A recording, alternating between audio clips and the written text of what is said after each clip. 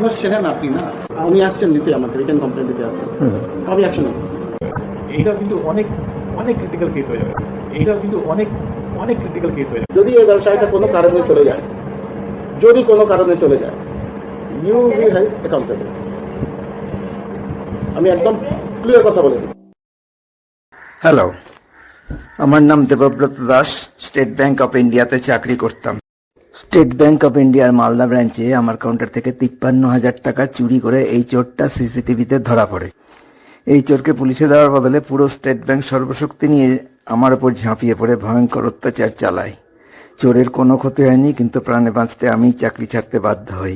সত্যটা জানা সত্ত্বেও সারা দেশের স্টেট ব্যাংকের সব ধরনের সমস্ত অফিসার ও কর্মী মিথ্যাচার করে স্টেট ব্যাংক থেকেই টাকা চুরি করা চোরকে সমর্থন ও সাহায্য করার পাশাপাশি চুরির ঘটনা চেপে দেওয়া ও সিসিটিভি ফুটেজের প্রমাণ চেপে দেওয়া এবং চোরকে ছেড়ে দেওয়া কোনো শাস্তি ছাড়াই, এতগুলো অন্যায় করার পাশাপাশি ওই চোরের জন্যই কোনো অপরাধ ছাড়াই আমার ওপর ভয়াবহ অত্যাচার করে আমাকে চাকরি ছাড়া করে আমার ও আমার পরিবারের সদস্যদের জীবন ধ্বংস করে দেওয়ার জন্য দায়ী।